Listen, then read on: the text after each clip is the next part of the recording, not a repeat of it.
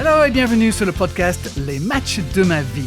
À travers 5 matchs de foot, notre invité parle de son amour pour ce sport et nous ouvre aussi sur quelques chapitres de sa vie. 5 matchs à raconter, beaucoup de bonheur à partager avec vous, où que vous soyez, où que vous nous écoutez. Merci déjà de nous avoir choisis. Allez, c'est parti pour ce nouveau numéro 2, Les matchs de ma vie. Avec moi, Darren Tulette, un Anglais à votre service, et notre invité aujourd'hui qui est... Nathalie Iannetta, une franco-italienne, à votre service aussi. Hello there. Hello Nathalie, ravi de t'avoir avec nous. Je me permets de te tutoyer comme on fait dans la vraie vie parce que nous nous connaissons depuis un petit moment pour ceux qui ne le savent pas grâce à nos belles années que nous avons passées ensemble du côté de Canal+, n'est-ce pas? Il y a quelqu'un qui voulait entrer, mais il a rebroussé chemin. On disait, oui, donc toutes ces années à Canal+, 15 ans, 20 ans. Ça ne rajeunit pas. Non, on s'est connus dans quelle année? Non, début des années 2000, je crois. Tu nous as rejoints, ouais. Yes, indeed. On avait perdu les droits de la Première Ligue, on a gagné les droits de Darren Tulette. Oui, voilà, il y a un Anglais qui arrive. Tu as compensé totalement le football anglais à toi seul. Juste au moment où il n'y a plus les droits du foot anglais, l'anglais débarque. Super timing. Comme souvent avec moi. Une grande carrière de journaliste, Nathalie, pas seulement dans le sport d'ailleurs. Et puis en 2014, juste un petit mot, parce que place à une nouvelle aventure avec le président de la République. Comment ça s'est passé et qu'est-ce que tu gardes de cette aventure-là? Je garde exactement le même sentiment que quand j'ai accepté, c'est-à-dire un immense sentiment de gratitude et de fierté d'avoir travaillé pour mon pays. Et je me suis dit vraiment ce que beaucoup d'ailleurs d'enfants d'immigrés se disent quand d'un seul coup ils se retrouvent à pouvoir accéder à ce genre de fonction. Ce pays, c'est pas le nôtre et il nous donne une chance infinie. Et donc, c'est cool de lui rendre moi, j'ai eu le sentiment de servir la France. Et pour moi, servir, c'est très important. Donc, un sentiment de gratitude. Après, c'est vrai que je suis arrivée en 2014, tu le disais. A priori, il y avait 2 grands enjeux. C'était la préparation de la candidature olympique et l'Euro 2016 qui s'approchait. Et puis, nous avons été, c'est le cas de le dire, percutés par les attentats qui ont alors totalement transformé la matrice de l'organisation de l'Euro qui devait être une fête et qui est devenue un enjeu sécuritaire absolu, total. Et les Jeux... L'issue a été un petit peu plus heureuse, Dieu merci. 1 an plus tard, le comité, le CIO a choisi la France pour 24. Donc voilà, c'était une aventure, vraiment. La seule question, c'est toujours la même. Est-ce que si c'était à refaire, je le referais? Et la réponse est non. Mais Ah bon? c'est comme ça, c'est pas grave. Mais je l'ai fait et j'en garde que du positif. Ouais, on va dire ça comme ça. Une sacrée expérience, on va dire. Aujourd'hui, directrice des sports de Radio France, Nathalie, avec les Jeux Olympiques qui arrivent aussi. Les revoilà. Et la Coupe du Monde de rugby aussi. Ouais. Sacrée année pour toi et tous ceux qui travaillent à Radio France. Mais allez, sans plus attendre, c'est parti pour les matchs de la vie de Nathalie Iannetta. Et match numéro 1, Nathalie, quel est ton choix et pour quelle raison? J'ai pas la date. Mais j'ai le lieu. C'est une petite ville du Val-de-Marne qui s'appelle Villecresnes. Un décor un peu champêtre. C'est la fameuse banlieue où on est trop près de Paris pour être à la campagne, mais bien trop loin pour se sentir parisien. Mon père avait signé dans ce club. J'étais vraiment gamine. Je vais avoir 7-8 ans. Et ce club a pris beaucoup de place dans nos vies parce que papa est devenu très vite capitaine de l'équipe. Ah oui, c'est un bon joueur de foot alors? C'était un grand gardien de but, mon père. Gardien de but. C'est pour ça que j'ai une affection absolue pour les gardiens de but, parce que je suis fille de gardien de but, sœur de gardien de but et mère de gardien de but, puisque mon fils l'est aussi. C'est des postes qui se transmettent, j'ai l'impression, parce que c'est un poste à part particulier, il faut le comprendre et le connaître. Et donc, mon père était gardien et capitaine de cette équipe. Il a eu un jour, comme entraîneur, on parle du niveau régional, hein, on était, voilà, quelqu'un qui s'appelait José Garcia, qui n'a rien à voir avec l'humoriste, mais qui a tout à voir avec Rudy Garcia, puisque c'était son père. Moi, j'ai connu, du coup, Rudy et moi, par le plus grand des hasards, nous sommes croisés en étant gosses, sans savoir que plus tard, et l'un et l'autre, nous aurions l'occasion de nous recroiser à chaque côté d'un micro, chacun d'un côté. C'était assez étonnant d'ailleurs. Et voilà, mais si je choisis Villecreine, si je choisis de parler de ces matchs du dimanche, qui étaient très exigeants parce qu'on devait manger du coup à 11 heures pour que monsieur puisse digérer. Ma mère a eu une abnégation totale et absolue dans l'accomplissement de la passion de mon père, parce que la semaine, c'était les entraînements tard le soir, et puis ce fameux dimanche sacralisé, c'était aussi un moyen pour moi de voir mon père, parce qu'il était quand même, entre le travail et le foot, on a noué une relation aussi grâce à ce sport.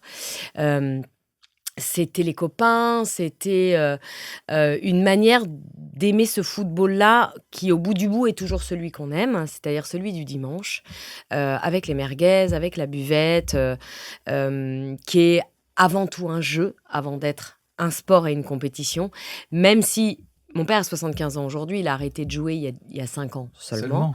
Et vraiment, ils s'engueulaient encore sur le terrain comme des chiffonniers, parce qu'on dit que les pros, etc., sont... Mais ils étaient impossibles avec les arbitres, d'une mauvaise foi, etc. Et donc, en tout cas, cet amour du foot, il est évidemment lié à ça. C'est d'abord une histoire familiale, une aventure sociétale, sociale, amicale, qui a conduit ensuite à aimer ce sport d'un point de vue de compétition et le sport professionnel. Donc le foot n'a pas enlevé papa le week-end parce que ça t'a permis en fait d'être proche de lui et l'accompagner. Les deux en fait. En fait, ça nous a rapprochés, et puis quand même, on est une famille assez pudique. Mes parents s'en foutent complètement. Enfin, ils n'ont pas du tout de relation à ce que je fais, ce que je suis, et le plus important, pas ce que je fais. Mais je sais, après coup, parce que maintenant, quand même, j'ai commencé en 95 ce métier, donc il y a très très longtemps. Je sais aujourd'hui que quand Canal+, pour le coup, m'a recruté, que j'ai parlé de foot à la télé, il y avait une espèce d'accomplissement et de revanche pour mon père, lui qui n'a pas pu devenir professionnel parce que quand Saint-Étienne le repère pour le prendre dans son centre de formation, il a 20 ans à l'époque. Il connaît déjà ma mère. Mon grand-père dit non, parce que, voilà, ils habitaient la région parisienne, on part pas à Saint-Étienne, et puis c'était à l'époque, dans les années 70, début des années 70, ça fait, enfin, tu vois, t'es pas sûr que tu vas y arriver, puis de toute façon, tu gagnes pas beaucoup d'argent, même quand t'es pro, et même quand t'as réussi, donc c'était non. Il fallait qu'il continue de travailler dans la boîte familiale, etc. Et je sens que pour mon père, il y a quand même eu un moment de, et si jamais... J'aurais peut-être pu, personne n'en sait rien par ailleurs, mais je pense qu'inconsciemment, parfois, quand il y a des rendez-vous manqués, on se dit « et si ?» L'Uchronie de nos vies, tu vois. Et est-ce que d'une certaine manière, il n'y avait pas une petite ironie que Unianeta quand même la ramène sur le foot et fasse parler du football? Je ne sais pas, mais j'ai trouvé ça super. Ah, formidable, effectivement. Pour lui, forcément, c'est quelque chose de génial. Donc, la vie à la maison, quand tu es petite, vous êtes combien et ça se passe comment au niveau du sport alors? Alors, on est longtemps 3, mon père, ma mère et moi, parce que mon frère arrive, j'ai déjà 8 ans. Donc, on est 3, puis 4. On est quand même beaucoup 6 parce que mes grands-parents italiens vivent avec nous. Et le sport, en fait, à l'époque, évidemment, moi j'ai un souvenir de Pierre Cangioni avec ses espèces de lunettes fumées parce que mon père regardait téléfoot. On voyait pas beaucoup de football en vrai à la télé. Mais moi, quand j'allais en Italie, on en voyait beaucoup. Et ça m'avait marqué. Je m'étais dit, mais enfin, c'est fou quand même comment... Il y avait, alors pas comme il y en a aujourd'hui, mais il y avait beaucoup plus de foot en direct, hein, j'entends les matchs. Et nous, en fait, on n'en voyait pas beaucoup. Il y avait de temps en temps des matchs de l'équipe de France, et pas tous. Des matchs de championnat, laisse tomber, jamais. Et les matchs étrangers, encore moins. Donc, mon père lisait l'équipe. J'avais un grand-père, alors le père de papa pour le coup, qui est mort très jeune, mais qui avait une passion infinie pour le foot. Moi, ça aussi, les souvenirs avec mon grand-père paternel, c'est le football, c'est le stade. C'est derrière les buts de mon père où il l'observait en permanence, où il lui parlait quand il était sur sa ligne. Donc le sport chez nous, que ce soit du côté de ma mère en Italie où mon oncle et mon grand-père, etc., parlaient parlait, s'engueulait de foot tout le temps. Et donc, ici, en France, le côté paternel, où là aussi, le football était présent à chaque conversation et à chaque déjeuner, c'était un peu ça. D'accord. Et la petite Nathalie, elle était sportive, elle tapait dans un ballon aussi? Non, elle faisait de la gym, et plutôt pas mal, mais sur une poutre. Alors qu'en fait, j'ai un vertige infini et aujourd'hui, je serais bien incapable de le faire. Ah oui? Je ne sais pas comment c'est possible. Mais moi, c'est marrant parce que, en fait, j'ai très vite compris que le sport, il fallait avoir l'esprit de compétition. Je ne l'ai pas du tout. Je m'en fous, en fait, totalement d'être première, deuxième, 20e. Et ça ne peut pas marcher. Mais j'en ai fait quand même beaucoup pour des raisons, oui, même de santé, d'occupation. Et j'ai arrêté, comme malheureusement, et c'est un vrai sujet en France, comme beaucoup de jeunes, au moment où j'ai commencé mes études supérieures, parce que rien n'est fait pour qu'après le bac, on continue. Déjà, avant, il n'y a pas grand-chose qui est fait, mais alors après, pas du tout. Voilà. Oui, malheureusement. Ça, c'est tout un sujet, effectivement. On en fera un autre podcast, si tu veux. Carrément, j'étais catastrophé quand j'ai vu que mes filles à l'école ne faisaient presque pas de sport, il n'y avait pas de douche, enfin... Rien. Bref. Match numéro 2. On va avancer un petit peu, mais pas beaucoup finalement, par rapport à cette première rencontre.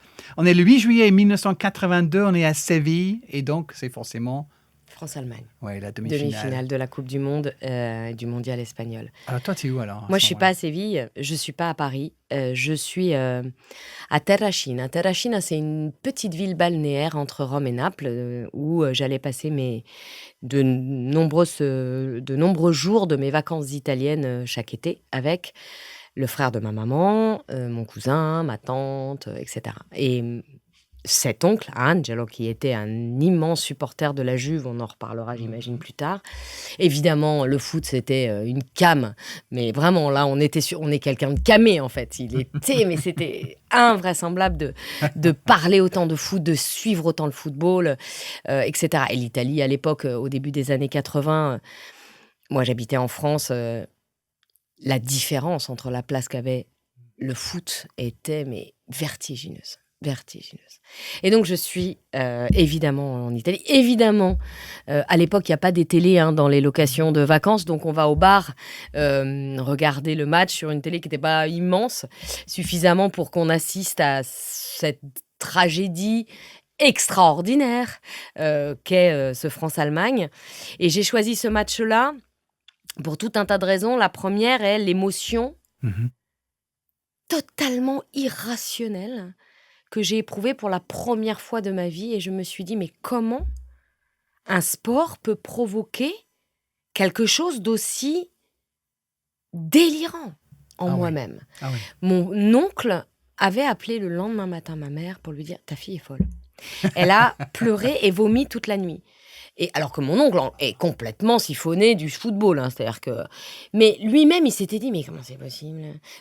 Sur un fond de sexisme quand même, sûrement qu'il devait traîner, parce que quand même, qu'est-ce que c'est que cette histoire? Bref, mais j'ai éprouvé, je crois, en tout cas si je dois remonter dans le temps, pour la première fois, l'émotion du supporter, que j'avais jamais éprouvée avant.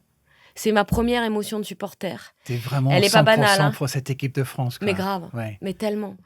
Et puis tout était... Enfin, on a, malgré mes 10 ans, parce que j'ai 10 ans moi cette année-là, je pense que très vite quand même, j'ai compris que des matchs avec un tel scénario, c'était pas toutes les semaines en fait. Donc il y avait tout en fait là-dedans. Et donc voilà, ce match-là m'a imprégné de ce truc du supporter que je n'avais pas éprouvé jusqu'ici. Tu as ressenti quelque chose Donc tu as en pleuré. Dehors de l'équipe de mon père, le dimanche. Oui. Voilà. Donc tu as pleuré toutes les larmes de ton corps. C'était affreux. Ah oui. C'était affreux. Mais la chance, c'est que je l'ai dit, j'étais en Italie cet été-là. Oui. Et donc, que s'est-il passé quelques jours plus tard? C'est là où on arrive à ton match numéro 3, effectivement, après avoir pleuré après cette séance de tir au but qui voit la France éliminée de cette compétition. Il y a la finale donc entre l'Italie et ses Allemands qu'il fallait battre pour encore plus que normalement. Et tu es en Italie pour vivre ça. Alors. Et voilà. Wow. Et ça, là, c'est la deuxième première fois. C'est Bon, en dehors du fait que, évidemment, de toute façon, j'aurais été pour l'équipe d'Italie, mais là, il y avait une espèce de revanche supplémentaire que tous les Français avec lesquels nous étions, parce que c'est quand même des endroits où on se retrouve en vacances. En fait, les Français rentrent chez eux. Enfin, c'est comme pour tous les immigrés, en fait. C'est ça, les histoires de vacances. Donc, il y a une espèce de haine au-delà du réel, parce que c'était une équipe aussi formidable, cette équipe d'Italie. Enfin, là aussi, je vais parler d'un gardien. Dino Zoff était une légende dans ma famille. Et en 82, Zoff, il a 40 ans. Oui. C'est le gardien de la Juve et c'est le gardien de la Nazionale. Il est champion du monde avec une Coupe du Monde assez remarquable. Et il n'est pas... c'est pas un accessoire dans la victoire de l'Italie à cette époque-là. Et puis t'as Altobelli, t'as Cabrini, t'as Tardelli, t'as Rossi, t'as Gentile aussi, c'est vrai, mais c'est une Oui, le mal équipe... nommé quand même. Hein. Oui, absolument. Mais c'est une équipe extraordinaire, extraordinaire, qui mérite d'être championne du monde. Et donc, la deuxième chose que j'éprouve, c'est comment tout un pays gagne la Coupe du Monde et fête la Coupe du Monde. Et moi, j'avais jamais vécu ça. Tu m'étonnes. Cette fête en Italie, entre le soir de la victoire face à l'Allemagne, leur retour quand ils reviennent avec cette coupe, les rues, mais pas que de Rome, pas que de Milan, pas que de Naples, pas que des grandes villes. Nous, encore une fois, on était dans une espèce de petit truc, c'est une toute petite ville. Mais les fêtes, les klaxons, les banquets, on mettait des tables à l'extérieur. Les gens ne se connaissent pas, mais c'est pas grave. Et on était tous champions du monde. Et ça, c'est un truc, quand tu l'as jamais éprouvé, toi, tu l'as jamais éprouvé, mon cher Darren. Merci, ça viendra peut-être un jour. Là, je me suis dit, punaise, est-ce qu'un jour, je vivrai ça dans l'autre pays qui est le mien, c'est-à-dire la France, et il a fallu que j'attende 26 ans pour que ça se produise. Mais tu vois la chance que non, tu 16 as, ans. alors. Tu vois la chance Attends, que tu as. 98, 82, 98, 16 ans, ouais. Incroyable. Ouais. L'Italie et la France. Il n'y a qu'une fois où tu es gâtée, Nathalie Iannetta. Il n'y a qu'une fois où j'étais pas heureuse du sort dans une finale de Coupe du Monde. C'est la fameuse Coupe du Monde de 2006 qui n'est pas dans nos propos d'aujourd'hui. Mais parce que, objectivement, comme j'ai vraiment le cœur à 50-50, je sais être juste, forcément. Et là, cette Italie-là, en l'occurrence de 2006, était moins belle que la France de 2006. Et donc là, vraiment, j'aurais aimé que ça soit la France qui soit championne du monde. Mais tout ça pour revenir à 82, on a passé une semaine. Ah là là là là là là. Mais on dit que les enfants heureux n'ont pas de souvenirs. Celui-là est un souvenir heureux. Waouh, magnifique. Ça me donne envie d'être là, effectivement, et de voir tout ça. Et je me souviens de ce qu'on a mangé. Oui. À l'époque, tu sais, les mozzarella, ça n'existait pas en France. On n'en mangeait que là-bas. Tout un tas de nourriture n'était que réservé à mes vacances en Italie parce que la France n'avait pas, il n'y avait pas cette mondialisation de la nourriture et de tout le reste. Et donc, tout ça est gravé, c'est-à-dire c'est des odeurs, c'est des cris, des chants, c'est des goûts, c'est tout ça, c'est vraiment la mémoire dans sa à 360 avec qui fait appel à tous les sens, qui d'un seul coup revient quand je pense à ce moment. C'est magnifique, à 10 ans de vivre ça. Wow. C'était formidable. Formidable. Et ce beau Marco Tardelli quand il marque. Ma che bellezza, tu vois quand il traverse ce terrain, la manière dont il a ses cheveux dans le vent, tout est sur son visage à la fois, la hargne, le bonheur, c'est toutes ces émotions qui sont mélangées, c'est extraordinaire, extraordinaire. Après, on est assez peu démonstratifs, nous les Italiens. Bien sûr, donc c'est bien connu. Voilà, c'est un accident. Tellement sur le réserve normalement.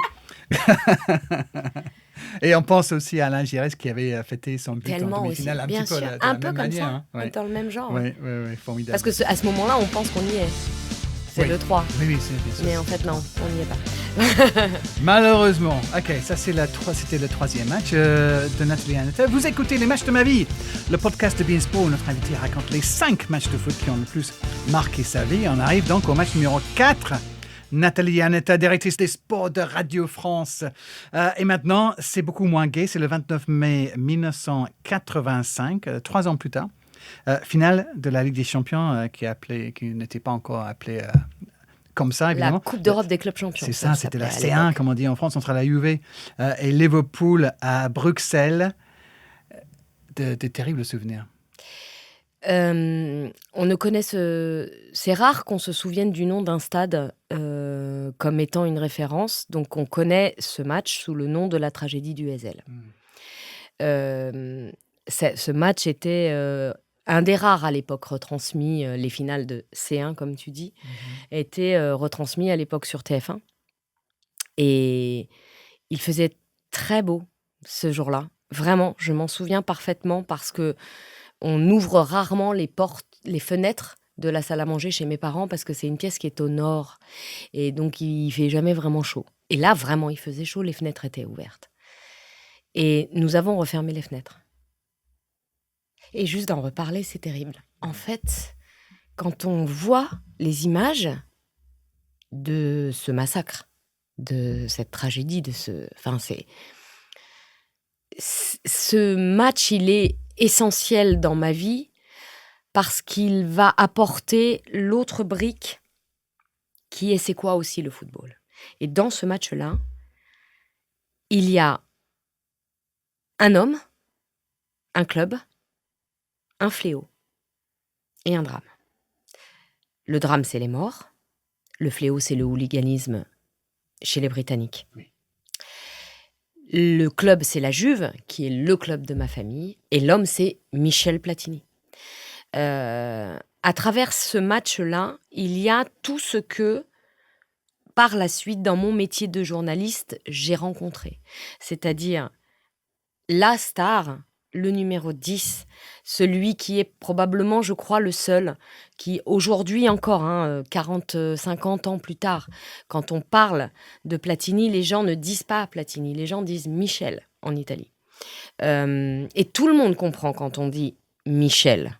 On ne peut pas parler de quelqu'un d'autre que de Platini. Ce club, la Juve, qui était avec le Milan AC, la ref en Europe, disons-nous, à l'époque, le football italien, on a parlé de la Coupe du Monde, le football italien est archi dominant sur tous les plans, avec toutes les dérives que va incarner aussi ce club dans le football italien, c'est-à-dire la corruption. On a parlé de le hooliganisme à travers ce match-là parce que c'est probablement le paroxysme de ce que les Anglais vivaient de manière récurrente, régulière.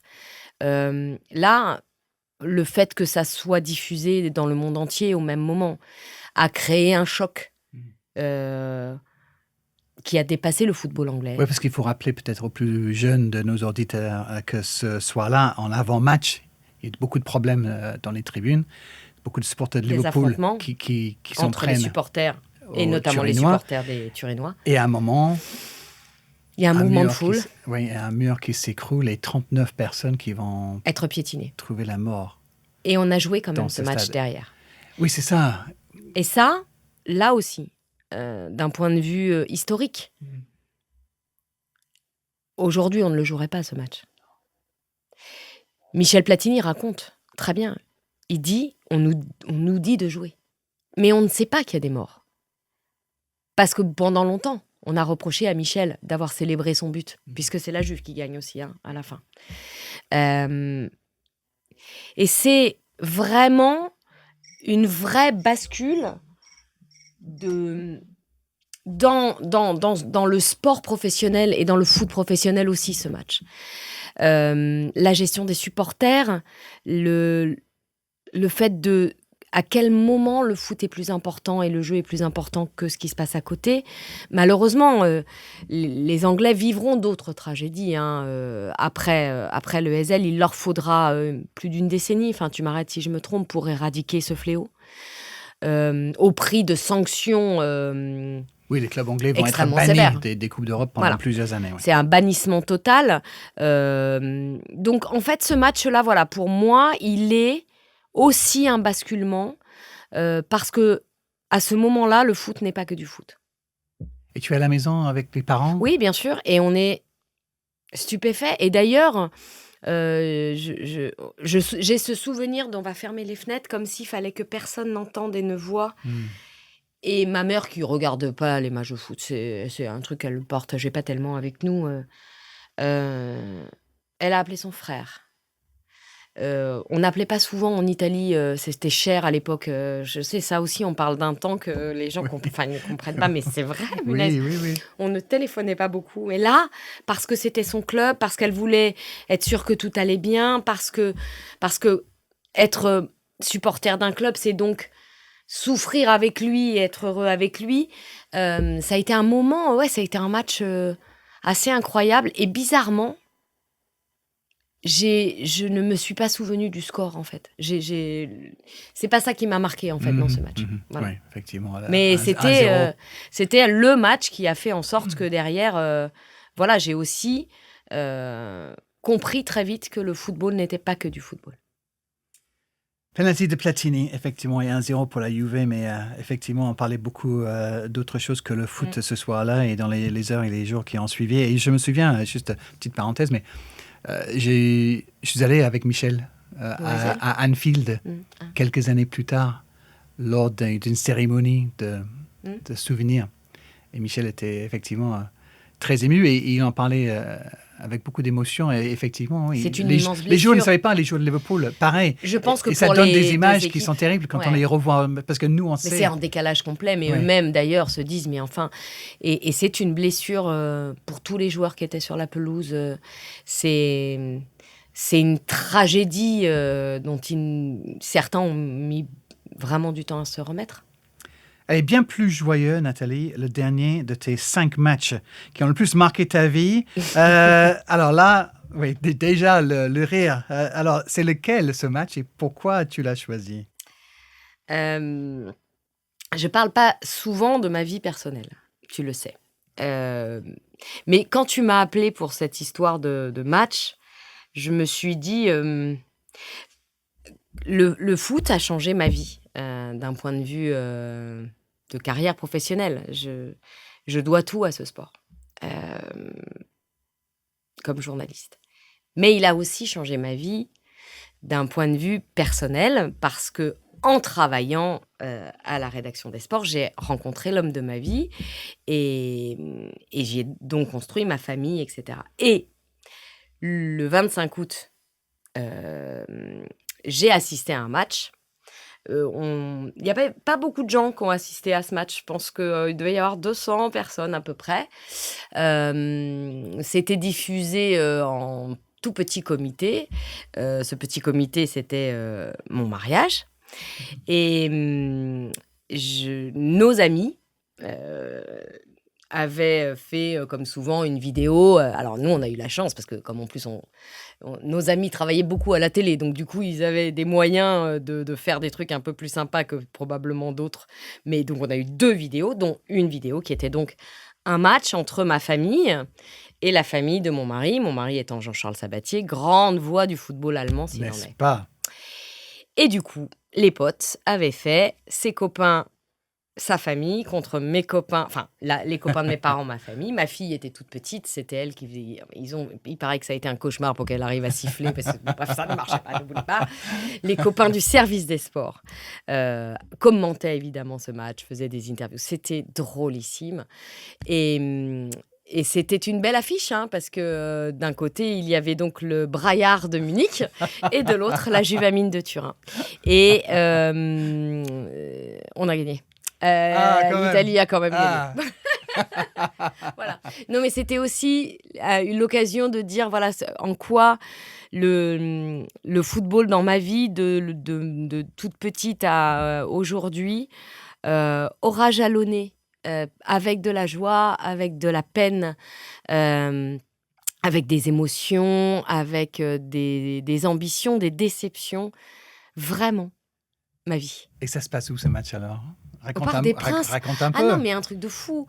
C'est petit Thierry détail Gilardi, quand même. en fait. Petit détail, c'est au Parc des Princes ce match. Qui était à l'époque notre directeur de la rédaction, qui bien sûr était là à ce mariage, qui avait réussi à, je sais pas comment, pas Thierry quoi en fait, à demander à ce que pendant quelques minutes, ils avaient enregistré ça un soir, 2-3 jours avant qu'on se marie. obtenir le parc. Inutile de te dire qu'ils étaient tous hyper contents de participer à cette vidéo, mais en fait, ils se sont auto-fait un cadeau à tous parce que le Parc des Princes, Le kiff. seul, Oui. que pour toi, les vestiaires des deux côtés, franchement, ils nous ont fait un cadeau inouï, mais je sais qu'ils se sont fait un cadeau aussi parce que c'était un moment unique dans une vie. Donc tu jouais aussi, Du tout. Jean-Charles? Nous, on a découvert ce film le jour de notre mariage. Ils nous l'ont présenté. Voilà. D'accord. Nous, on n'était pas là. On n'était même pas au courant. Mince. Ils ont fait une... c'était ça qui était formidable, d'ailleurs. Ah Et je oui. l'ai revu il n'y a pas longtemps. Ah oui? On ne se voit pas vieillir, hein.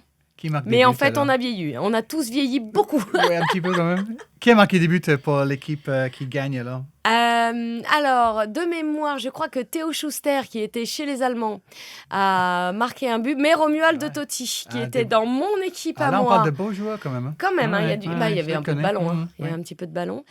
Et donc, Romu, ça, je suis sûre. Il y en a un autre donc de mon côté, dans mon équipe à moi, qui a dû, puisque l'Italie a gagné, enfin, la Juventus de Turin a gagné face au Bayern de Munich. Voilà, mais c'était chouette. Vraiment, c'était chouette. Ça a l'air génial, effectivement. Ouais. À regarder, et je crois qu'ils nous ont tous raconté qu'à vivre et à faire, c'était chouette aussi. C'est un formidable souvenir avec lequel terminer notre conversation, les matchs de ma vie, avec Nathalie et Nathan. Merci beaucoup, Nathalie, d'avoir partagé ces matchs, ces souvenirs, ces moments de vie avec nous. Merci à toi, parce que quand on arrive à des âges où on regarde en arrière, c'est qu'on a bien vieilli déjà, mais je trouve en tout cas que c'est aussi des moments pour se dire qu'en tout cas en ce qui me concerne, quelle chance j'ai eu. Une belle vie avec encore, et on te souhaite en tout cas plein d'autres matchs mémorables à venir, évidemment. Merci Nathalie, merci à vous de nous avoir écoutés. Si notre podcast vous plaît, n'hésitez pas à partager avec vos amis. Et si vous n'avez pas aimé, eh bien, vous pouvez toujours envoyer un lien à vos ennemis. Oui. En tous les cas, vos commentaires sont les bienvenus. N'hésitez pas surtout à nous donner 5 étoiles sur la plateforme où vous nous écoutez. À très vite pour un nouvel épisode de Les matchs de ma vie. Bye bye. Ciao.